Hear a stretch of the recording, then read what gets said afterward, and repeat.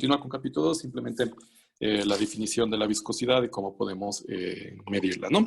Entonces, la viscosidad ya la habíamos establecido, es la resistencia a fluir, facilidad, medición de la facilidad con la que fluye. Ya, entonces hemos definido nuevamente y obviamente tenemos que recalcar, ¿no es cierto?, que la viscosidad depende de la temperatura o la velocidad, la viscosidad varía con la temperatura, ¿verdad? Entonces, si la temperatura aumenta, entonces la temperatura aumenta o la temperatura sube, sabemos que la viscosidad, ¿qué sucede con la viscosidad? ¿La viscosidad disminuye o la viscosidad también aumenta?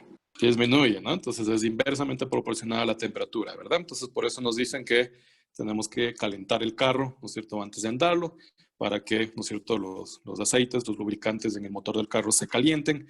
El rato que los aceites están calientes, disminuye su viscosidad y los engranajes van a operar más eficiente, van a operar con menos rozamientos, ¿no? Y obviamente lo contrario, lo opuesto, si es que la temperatura disminuye, sabemos que la viscosidad aumenta. Entonces, una relación inversamente proporcional.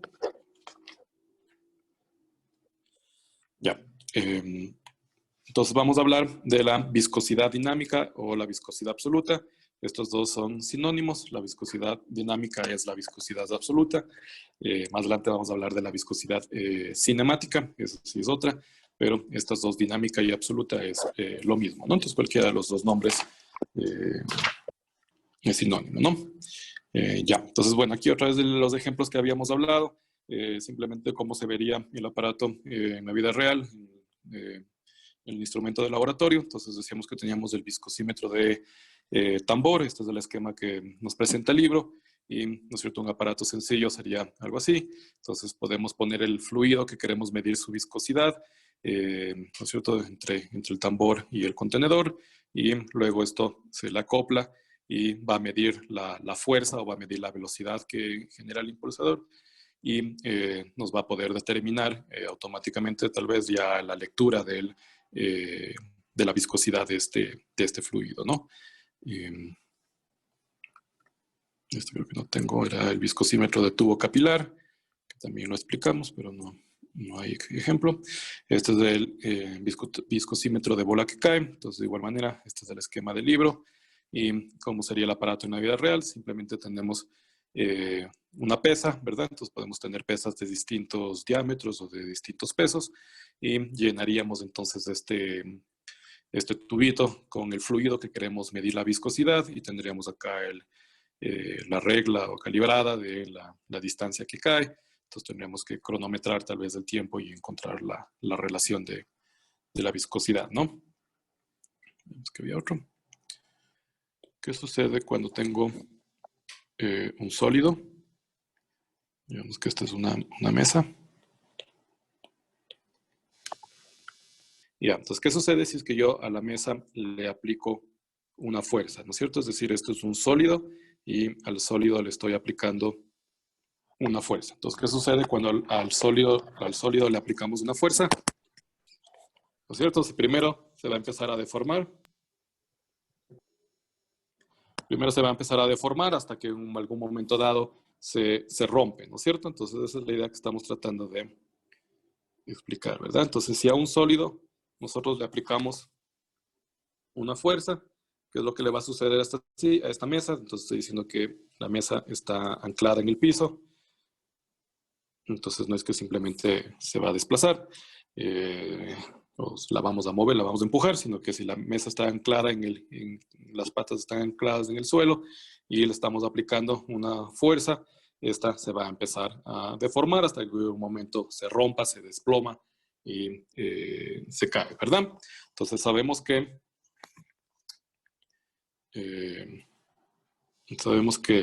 si a un sólido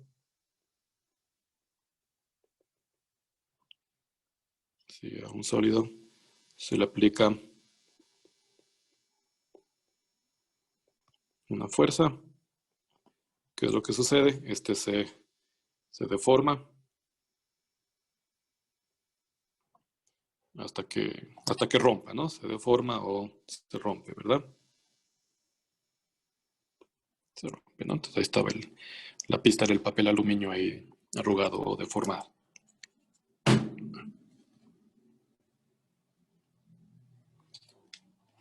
Ya, entonces, simplemente, ¿no es cierto? Estas son las ecuaciones de ¿cómo se llama? Mecánica de materiales, ¿no es cierto? Entonces, muy parecido al análisis que tenemos en mecánica de materiales, en las que vemos, ¿no es cierto?, el esfuerzo cortante, la deformación de los sólidos, cuando se les aplica una fuerza, ¿verdad? Entonces, si es que yo aplico una fuerza a una área, ¿no es cierto? Entonces, esto sería fuerza sobre área, me dan unidades de presión, que sería también el esfuerzo cortante, ¿verdad?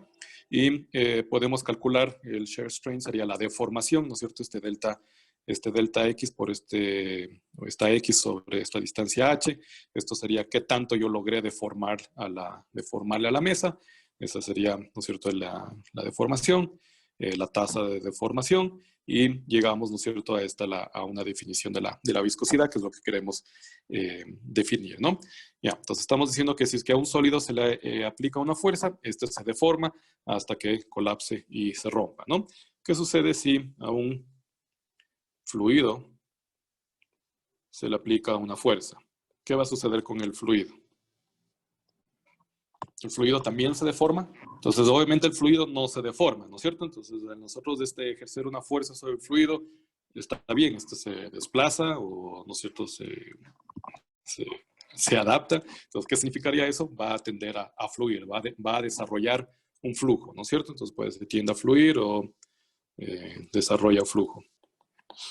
Un flujo, ¿no? Entonces esa sería la diferencia, ¿verdad? Entonces a nosotros al momento que nosotros le aplicamos a un sólido una fuerza, este se deforma, estaríamos hablando de la tasa del esfuerzo cortante y la deformación, ¿no? Mientras que en el fluido no estaríamos hablando de la deformación, no se va a deformar, sino que se va a desplazar, va a empezar a fluir, y podríamos entonces medir la dificultad o la facilidad con la que desarrolla el flujo, ¿no es cierto? Entonces, si yo le aplico una fuerza a un fluido, va a fluir, no se deforma, tiende a fluir. Entonces, la facilidad con la que desarrolla el flujo, eso sería la medición de la viscosidad, ¿no es cierto? Eso es lo que hemos definido acá. Entonces, resistencia que ejerce un fluido al fluir, o medición de la facilidad con la que fluye. Entonces, eso es lo que estamos diciendo, ¿verdad? Entonces, ¿qué tan fácil se deforma un fluido? Eso sería qué tan fácil tiende a fluir, es la medición de la viscosidad, ¿no es cierto? De lo que estamos definiendo, ¿no? Ya, entonces, ¿cómo vamos a desarrollar la ecuación? Entonces, muy similar al ejemplo como les digo, de mecánica de materiales. Tenemos aquí una placa, ¿no es cierto? Entonces, una placa finita. Acá, hagámosle. Ya, esta placa media chueca tiene un área y está flotando sobre una lámina de fluido. Entonces, aquí lo voy a hacer, estoy haciéndole grande al dibujo, pero este es un espesor bien chiquito, ¿no? Entonces, este fluido es una lámina de fluido. Simplemente lo estoy dibujando bien grande. Y este sería el fondo, ¿verdad? Entonces, tengo aquí el fondo. Ya, entonces el fondo es fijo, ¿no es cierto? El fondo está, ¿no es cierto?, es inmovible. Sería este, ¿no es cierto? Entonces el fondo es fijo, es inmovible, y la placa superior, en cambio, es una placa móvil, ¿no?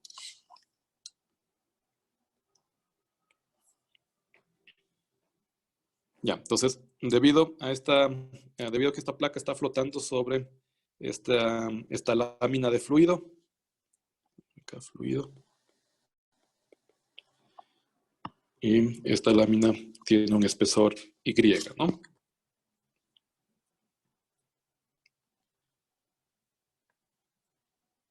Ya, entonces, de igual manera, yo a esta placa superior le voy a aplicar una fuerza, y debido a que le estoy aplicando una fuerza a esta placa va a desarrollar una velocidad, ¿no es cierto?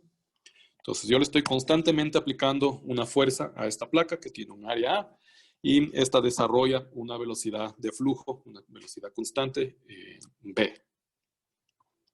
Entonces, ¿qué va a suceder con las partículas de fluido que están, ¿no es cierto?, en la superficie o que están en contacto con la placa? Entonces, microscópicamente estas partículas o estas moléculas que están en contacto con la placa, debido a la fricción o debido al movimiento de la placa, se van a mover con la misma velocidad, ¿no es cierto? Entonces, si es que la placa tiene una velocidad, un vector de B, estas moléculas, ¿no es cierto? Estas moléculas del fluido también van a tener una velocidad, ¿no?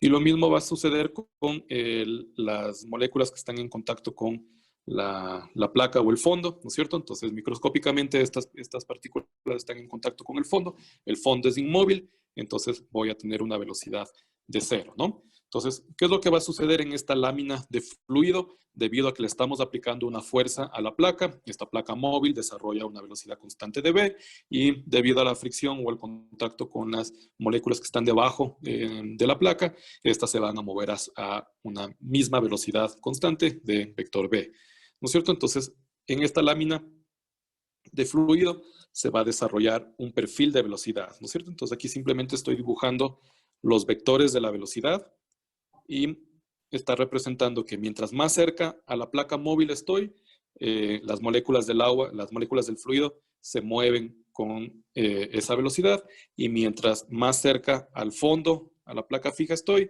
menos velocidad, ¿no es cierto? Entonces acá estoy diciendo tengo una velocidad de 0 porque la placa fija en el fondo se queda quieta y mientras más cerca a la superficie, más cerca a la placa móvil estoy, más rápido se mueven estas partículas, ¿no es cierto? Entonces serían, ¿no es cierto? Aquí el flujo o el movimiento de este fluido sería como por capas, ¿verdad? Entonces abajo tenemos una capa que se mueve despacito, por el medio tenemos una lámina que se mueve más rápido y por acá arriba tenemos la que se mueve más rápido a la misma velocidad que esta placa móvil, ¿no es cierto? Entonces este es el perfil de velocidad, ¿verdad? Entonces puede ser perfil de velocidad.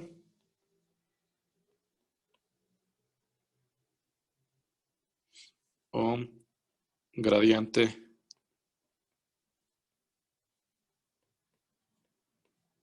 de velocidad, ¿verdad? Entonces, ¿cómo puedo definir esta gradiente de velocidad? Yo puedo definir como el cambio de velocidad que hay, ¿no es cierto?, entre un punto y otro. Entonces, esta molécula o esta lámina del fluido se mueve con, ¿no es cierto?, este vector de la velocidad. Y si es que yo cambio de posición, cambio de altura, en qué tan profundo estoy, ahora tengo este vector de velocidad, ¿verdad? Entonces aquí yo puedo sacar un delta Y y aquí yo puedo sacar un delta velocidad, ¿verdad? Entonces puedo definir la gradiente de velocidad, sería, ¿no es cierto?, esta pendiente,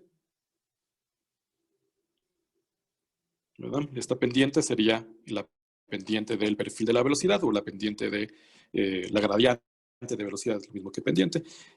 Podría definiendo entonces como el cambio de velocidad por cambio de ubicación o cambio de profundidad a lo largo de esta lámina de fluido, ¿no? Bien, entonces esa es la gradiente de velocidad.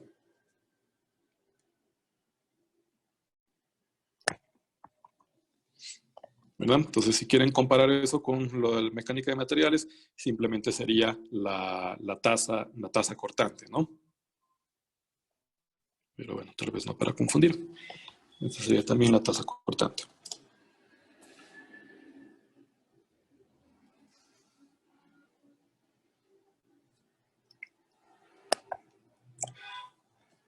Ya, entonces, si yo estoy aplicándole, ¿no es cierto?, una fuerza, entonces digo que estoy aplicando una fuerza a esta placa que tiene un área A. Entonces, ¿cuál sería la relación entre la fuerza y el área para desarrollar, ¿no es cierto?, una velocidad V, ¿no? Entonces, la velocidad V es una velocidad constante. Entonces, si yo quiero que la placa se mueva con una velocidad V, ¿qué relación va a tener la fuerza con el área? Entonces, mi pregunta es, si es que el área es más pequeño, ¿necesito más o menos fuerza? Si es que el área es más grande, necesito más o menos fuerza para que ésta desarrolle una velocidad constante igual a V. Si el área es más grande, necesita más fuerza. Ya, entonces es una relación directamente proporcional, ¿verdad? Entonces, a mayor área requiero de más fuerza, ¿verdad? Sí. Ya. ¿Cuál sería la relación de la fuerza con la gradiente de velocidad, ¿no? Entonces, ¿qué significa la gradiente de velocidad? O sea, entonces aquí le he dibujado, hagámosle con otro color. ¿No es cierto? Digamos, este perfil de velocidad puede ser para un fluido, en este caso, digámosle verde, que tiene ciertas condiciones de viscosidad, ¿no? Ahora digamos que me encuentro con un fluido amarillo y este fluido amarillo es menos viscoso, ¿no? Entonces, si es que este fuera menos viscoso, su perfil de la velocidad sería de esta manera, ¿no es cierto? Entonces, ahí para no rayarle mucho. Estos serían sus vectores, ¿no? Entonces, estoy diciendo ahora tengo un fluido amarillo. Entonces, si es que este fluido amarillo es menos viscoso que el fluido verde, su perfil o su gradiente de velocidad se vería de esta manera, ¿no es cierto? Entonces, ¿por qué? Si es que es menos viscoso, significa que fluye con mayor facilidad, ¿verdad? Entonces, si es que fluye con mayor facilidad, su velocidad va a ser, su vector de la velocidad va a ser mayor, ¿no es cierto? Entonces, todo esto es mi vector de velocidad versus el triángulo verde, que era el más pequeño, ¿verdad? Entonces, este perfil de la velocidad o la gradiente de velocidad, ¿qué relación tiene con la fuerza? A ver, con la fuerza. Inversamente proporcional. No. Directamente proporcional, creo. Igual. También directamente proporcional, ¿verdad? Es decir, que si es que yo quiero más velocidad, requiero de más fuerza o que el fluido sea menos viscoso, ¿no? Entonces le puedo poner también de este lado delta velocidad sobre delta velocidad sobre delta Y. ¿No es cierto? Entonces, lo que estaríamos diciendo es que la fuerza es directamente proporcional a la velocidad. Si yo quiero que se mueva más rápido, necesito mayor fuerza. O si le aplico más fuerza, voy a moverme más rápido. Entonces, la fuerza es directamente proporcional a la velocidad o al cambio de velocidad. Y la fuerza es inversamente proporcional al espesor, ¿no es cierto? O al cambio de ubicación, al espesor de la lámina. Es decir, que si es que aquí yo tengo una lámina chiquita, entonces mientras más chiquita sea la lámina, menos fuerza necesito para desarrollar esta gradiente de velocidad. Mientras que si es que aquí tuviera el doble del espesor del fluido, ¿no es cierto? Entonces, si tengo más espesor del fluido, voy a necesitar de menos fuerza, perdón, ya me confundí, ya dije el revés. Si tengo menos espesor, necesito más fuerza, y si es que tengo más espesor, necesito menos fuerza, ¿no? Entonces sería inversamente proporcional, por eso estaría por acá abajo, la fuerza con el cambio de ubicación o el espesor de este fluido, ¿no?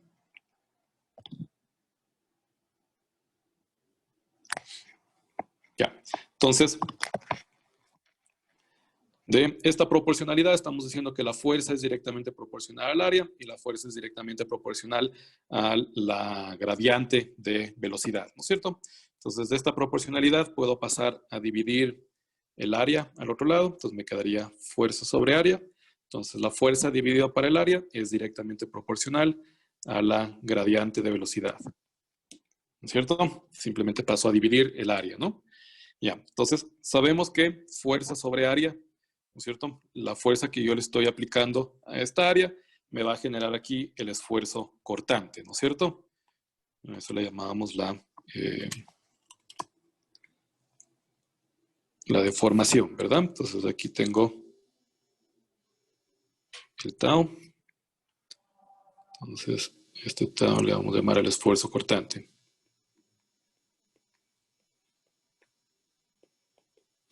En mecánica de materiales creo que se le llama sigma. Vamos a utilizar tau para el esfuerzo cortante, ¿verdad? Entonces yo sé que fuerza sobre área es el esfuerzo cortante. Entonces aquí puedo reemplazar el esfuerzo cortante. Es directamente proporcional al delta velocidad sobre delta y, que sería gradiente velocidad. Ya. Entonces, si tengo una proporcionalidad, el esfuerzo cortante versus la gradiente velocidad, tengo una proporcionalidad, ¿cómo puedo convertir una proporcionalidad en una ecuación, en una igualdad?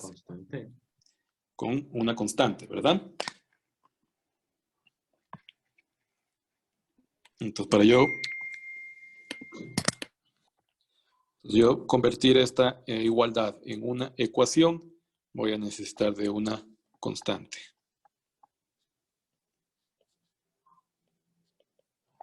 ¿Verdad? Entonces, esta constante, esto se llama la constante de proporcionalidad.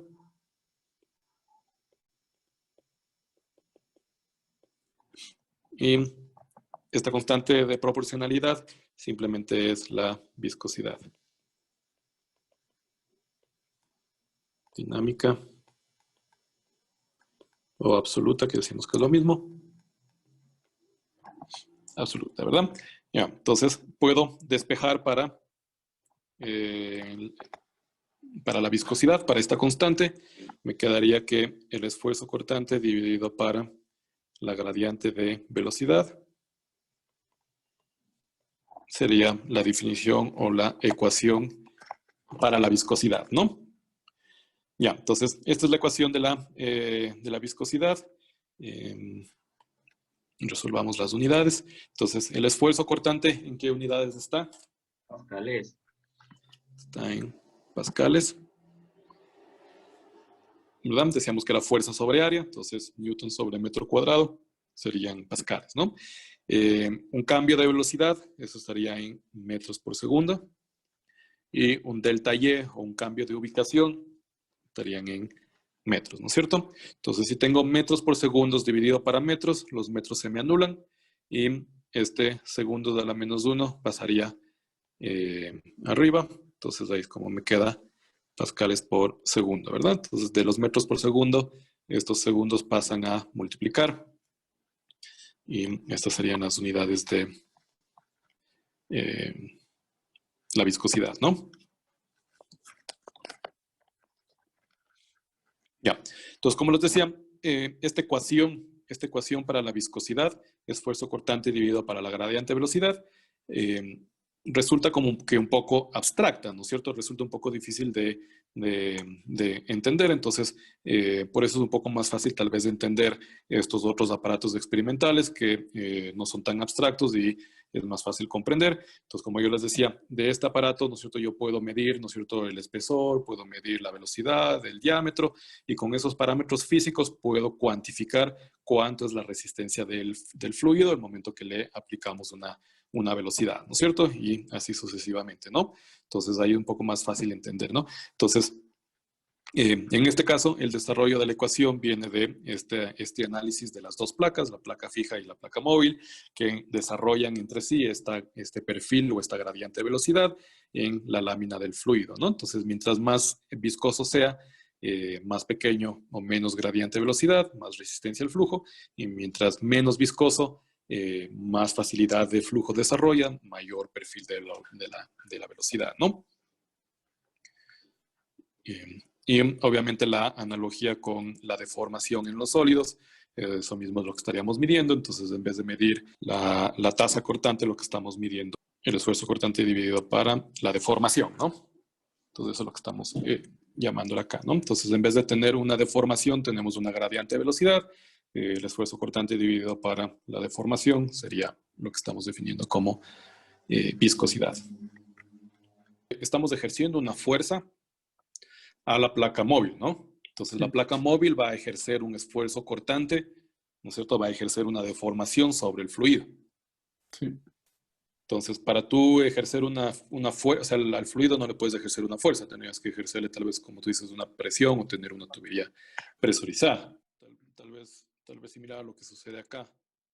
Entonces, acá, debido a la carga pisométrica, debido a la profundidad, vas a tener una presión y esta presión es la que empuja el fluido a través del tubo capilar, ¿no? Entonces, sería lo que sucede aquí, mejor dicho.